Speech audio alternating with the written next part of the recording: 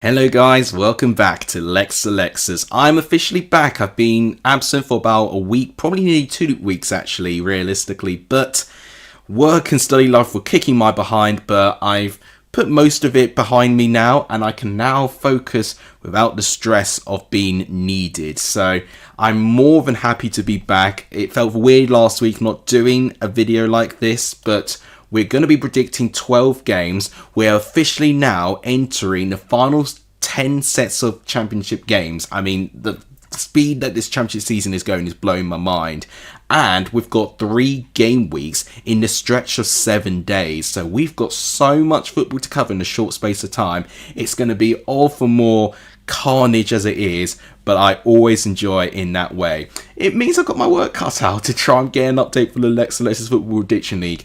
I'm going to put an update, I think, during the international break. I'm going to give myself that amount of time to try and catch up. I've given myself this burden to try and catch up on it, but it's going to be interesting to see from the last update to the upcoming update to see if there's any changes in the table. I wouldn't be too shocked if there are some major changes. If you guys want to get involved in the Prediction League, of course, you have to leave your score predictions in the comments down below, as always. If you guys enjoy what you see, please smash the like button. It really does help. 50 likes would be absolutely amazing. Please do hit the subscribe button too, as we're edging ever closer to 3,000 subscribers. And please also share the channel too, as that will help grow the channel. But without any further ado, let's start predicting week 36.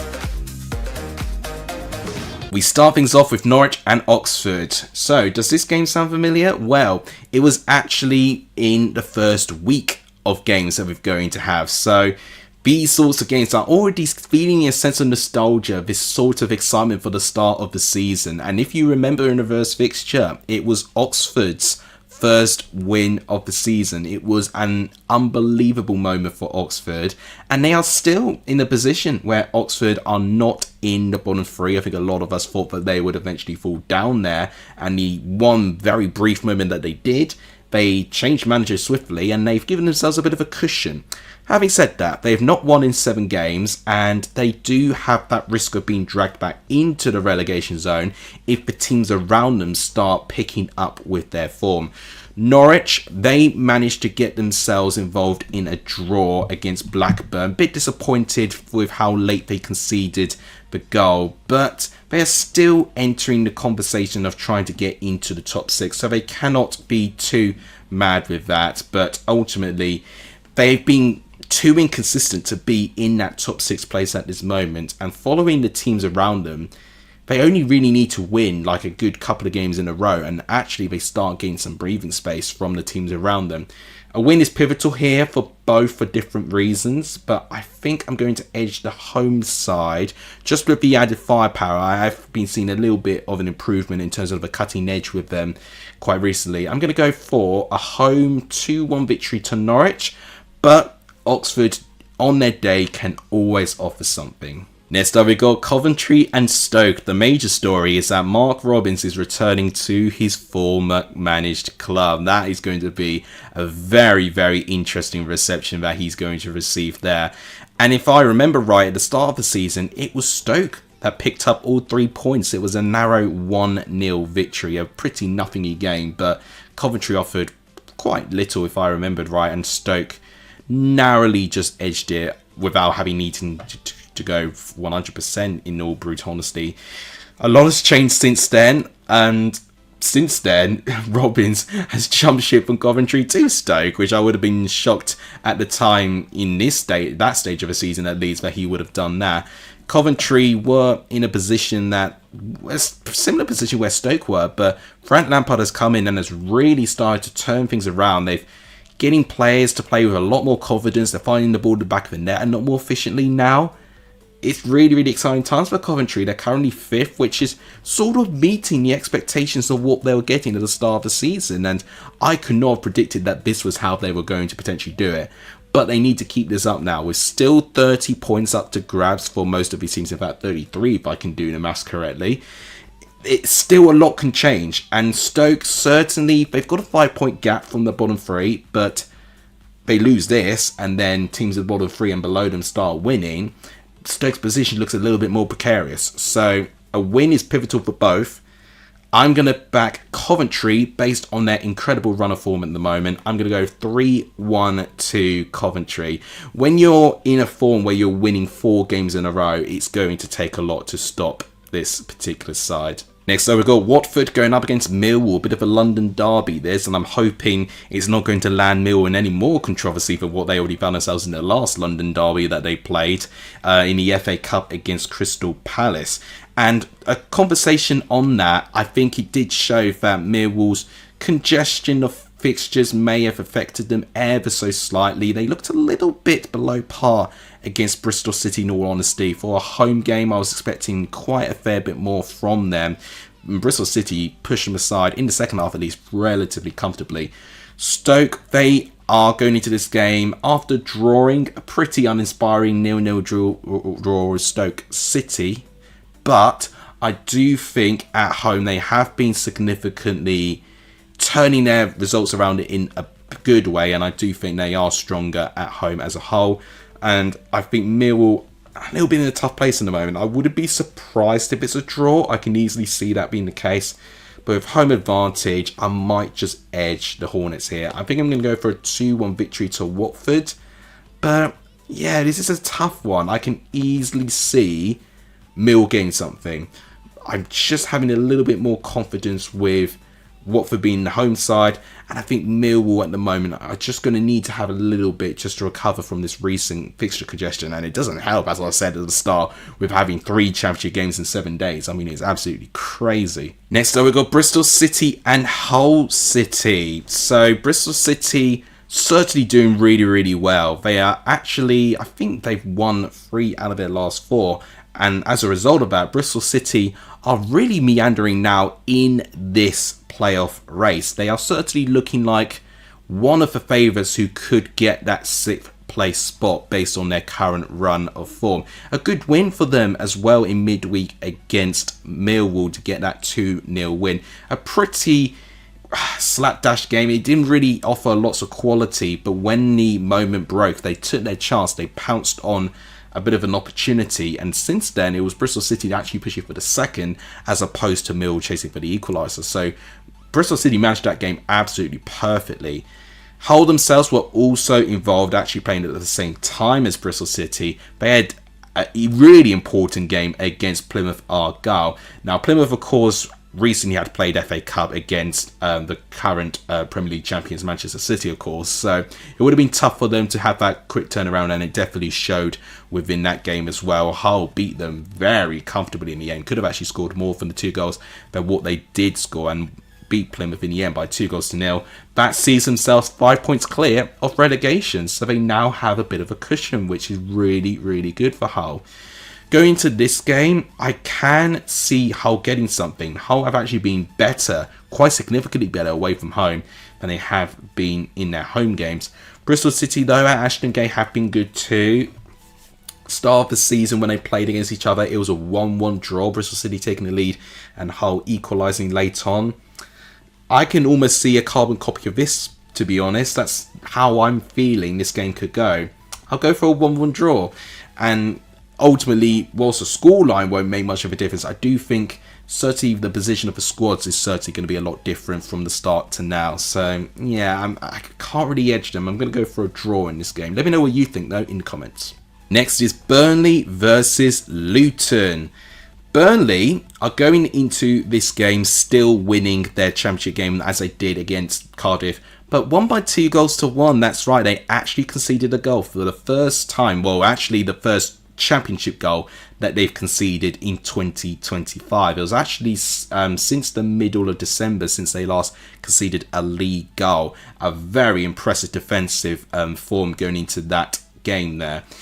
And honestly, they could have actually conceded more. Cardiff were absolutely brilliant against Burnley. And I think potentially, I know not a lot of the squad were there and featured against Preston, but it did have that sense that emotionally the team were just a little bit defeated for a lot of it. But they got the job done. They got enough of their high quality players. Brownhill getting on the score sheet again. And if you can get the job done even without playing well, you're already doing everything right. And when you're chasing for promotion, the only objective you're looking for is 3 points. And oh my gosh, Luton Town need those 3 points. But they did get those 3 points finally. It's been a long drought since their last win. And it's finally their first win under Matt Bloomfield as manager, beating Portsmouth by 1-0. Felt like it should have been a bit more comfortable for what it was. But again, a win is a win. And that actually jumped them all the way from 24th up to 22nd. But they do have a 5-point gap to breach now. So ultimately, they would have hoped that Hull would have not picked up any points at all. That's not turned out to be the case. You know, maybe Cardiff not beating Burnley was a little bit of a shining hope for Luton. But even with that, they've still got quite a gap to breach. And they cannot afford too many winless runs now. But I do think against Burnley, that against one of the toughest teams, you know, in the Championship this season, I'm having a feeling I think Burnley will win this one. Don't be met by many goals though. I'm going to go for it by 1-0. I think they will get a clean sheet streak back, but I do think it will be a bit of a scrappy one. I think Luton will certainly make things a little bit interesting and difficult, but Burnley will persevere and get the 3 points in the end. Next up is Derby going up against Blackburn. There's a bit of a theme going on with managers reuniting with former clubs. John Eustace, of course, is reuniting with Blackburn. I would love to get a bucket of popcorn to see the sort of reception that John Eustace is going to get from that Blackburn crowd. I really think it's not going to be particularly friendly at all. And quite honestly, John Eustace's reign as Derby manager really couldn't go any worse. 3 defeats in a row. No goal scored, and further emphasising Derby's struggles of finding goals, and they really have been struggling to find the ball in the back of the net, which is why they are finding themselves in the position that they're in. And because of the lack of goals, it means their goal difference is crippling before our very eyes as well. Blackburn, this is going to be their second game under their new manager, Valerian Ismail. They managed to get a draw under him in his first game in charge, a late draw against Norwich. Certainly performance-wise wasn't the strongest by them, but they did get a point out of it in the end. And they would take a point, I think, from that game. I do think here at the moment, with Derby struggling for goals, it will be so typical that they do get a goal and they actually win this game. But I think it's going to be Blackburn that get the win here, and it will be Blackburn that will be laughing at John Eustace. I'm going to go for a 2-0 away victory to Blackburn. I just have a feeling that they'll get their approach spot on here. And I just think Derby, with their lack of confidence of finding a goal at the moment, I just don't think that's really going to help. Next is Plymouth and Sheffield Wednesday. I do remember that their first encounter at the start of the season quite vividly. It was so one-sided. It was a 4-0 win to Sheffield Wednesday, but quite honestly, they could have easily won by more than 4. It was an incredible performance. Certainly a big underperformance by Plymouth, matched by a brilliant performance by Sheffield Wednesday. They've sort of found themselves where I would have expected from the start of the season to now. Plymouth in the bottom 3, but I do think they are looking competitive in their home games. And they really need to get at least a point. But right now, with the fact that they are chasing a 5-point gap from safety, they really need to get 3 points here. But it's going to be tough. Sheffield Wednesday, I know their form hasn't been the strongest. They've had 4 defeats, I believe, in 5. But if you put in context with those 4 defeats, they are actually, all 4 of these sides are currently in the playoffs. So I just think Sheffield Wednesday have had a really tough run of games. And I think now with this being a pretty winnable game on paper for Sheffield Wednesday, I think we're certainly going to see a response from that earlier game that they played against Sunderland, where they've actually had a long break. In fact, when they played that game against Sunderland, Plymouth have actually played twice since then. So I do think Sheffield Wednesday are going to be a lot more fresher. Prediction wise, I think I'm going to go 2-1 Sheffield Wednesday. It feels a bit of a risk betting against Plymouth to get something at home. But personally, with the circumstances, I think it will be a Sheffield Wednesday win. Next is Sheffield United going up against Preston. Preston are waving the championship flag in the FA Cup. They're the last FA Cup team, in terms of a championship representing the FA Cup. They've got a tie against Aston Villa for a space in the semi-final. An unbelievable opportunity for this Preston side.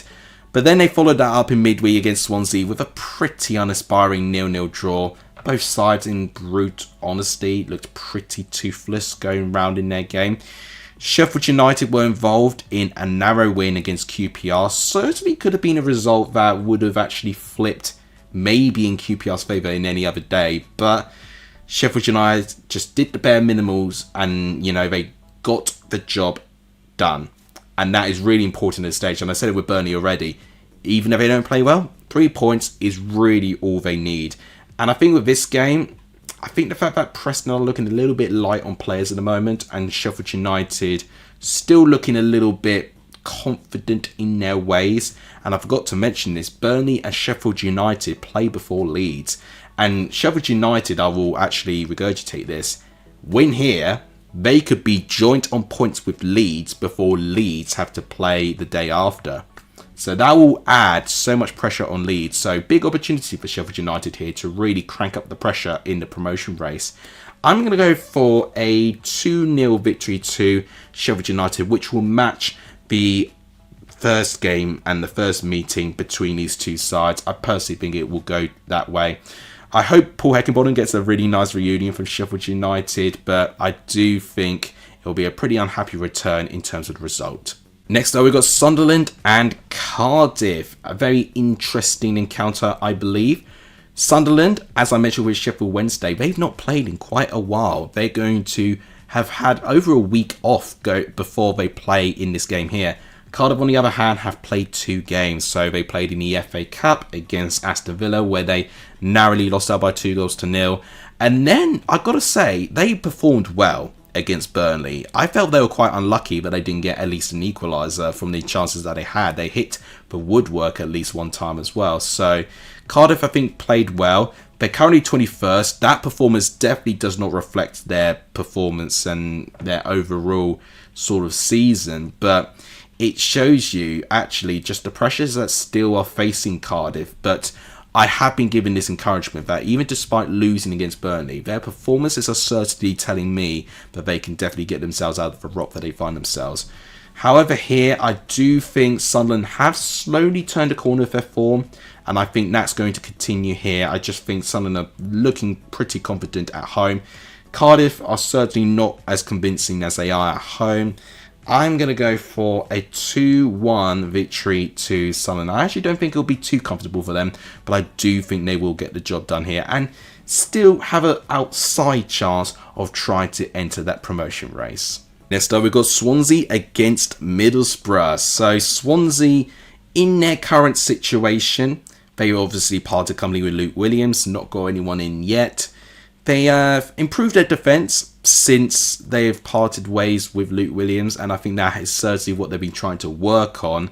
Maybe a bit too defence focused at this moment of time. They have been struggling to find some goals.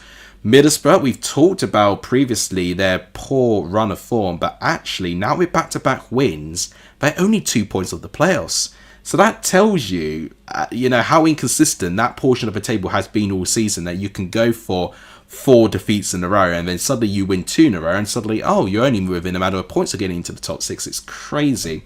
I do think as a prediction, I think Burrow's squad is definitely in a much better position for Swansea's, and 3 wins in a row, I can realistically see it, and it wouldn't surprise me if Middlesbrough go on a charge now and then something just hits them through a speed bump and then suddenly they crash back down again. I'm going to go for a 2-1 away victory to Middlesbrough. I haven't been too convinced of them defensively, so I do think Swansea will score, but I think Middlesbrough's firepower, I think, will take them for 3 points here. Our penultimate game sees West Brom and QPR. I do specifically remember their reverse fixture quite vividly as well, because it was an impressive performance by Josh Marger scored a hat-trick in that first opening game of the season. QPR, certainly from that game, we were thinking, oh my gosh, what version are they going to be? And they certainly turned it around as of late. Form-wise, not quite consistent in the level of the teams above them, hence why they're not quite looking like they're going to be in a position where they could enter the playoffs. But certainly on the day, QPR do offer many, many problems. And as a prediction, I do think it's going to be a draw. I'm going to go for a 1-1 draw. West Brom are typically very reliable at home, but I do think QPR might just be able to offer a bit of a surprise here. I just have a sneaky feeling about them. Let me know what you think though in the comments. And the last game we're predicting is Leeds and Portsmouth. So Portsmouth versus Leeds. They're at Fratton Park here, and certainly I remember their first encounter. It was an unbelievable 3-3 draw. Incredible game. It was full of passion and just full of drama, and I'm really hoping we're going to get something like this here. Pressure may be really on Leeds going into this game if both Burnley and Sheffield United pick up wins earlier on. It's really going to make Leeds' first place position look a lot more precarious, where last week it did look a little bit more like that Leeds was starting to pull away from them, but that draw against West Brom has certainly opened the door for Burnley and Sheffield United to start closing that gap, and they could really rank up the pressure going into this game here. Portsmouth, they would not have appreciated that 1-0 defeat against Luton, but their home form has been their biggest strength. It has really been the staple of most of their points, and the fact that they've now got a really good amount of space between them and the bottom three, it is, as a result, great home form. And I do think they're going to offer Leeds lots of trouble here. But as a prediction, I think Leeds might edge it by 2-1. I think it's going to be very close, full of drama like we saw for the first game. But I just have a feeling that Leeds could pull something out the bag and get 3 points here. It would be absolutely amazing for the drama, for the promotion, if Leeds don't win. But realistically, I'm going to go with my head rather than my heart in this case. Let me know what you think though in the comments. Okay guys, so that wraps it up for my predictions. I'm glad to have been back. I really enjoy doing these videos weekly with you guys. As always guys, make sure you predict your games as well in the comments down below. I always love seeing everyone's thoughts, everyone's predictions, and everyone's overall reactions of the whole EFL as a whole. It really, really does help me keep in touch with what's going on. Thank you guys again so much for watching. Please like, subscribe, and share. All three of these things are free to do, and they really help. Thank you guys so much for watching. You guys are legendary for showing in this video, and as always, I'll see you guys soon. Take care, everyone.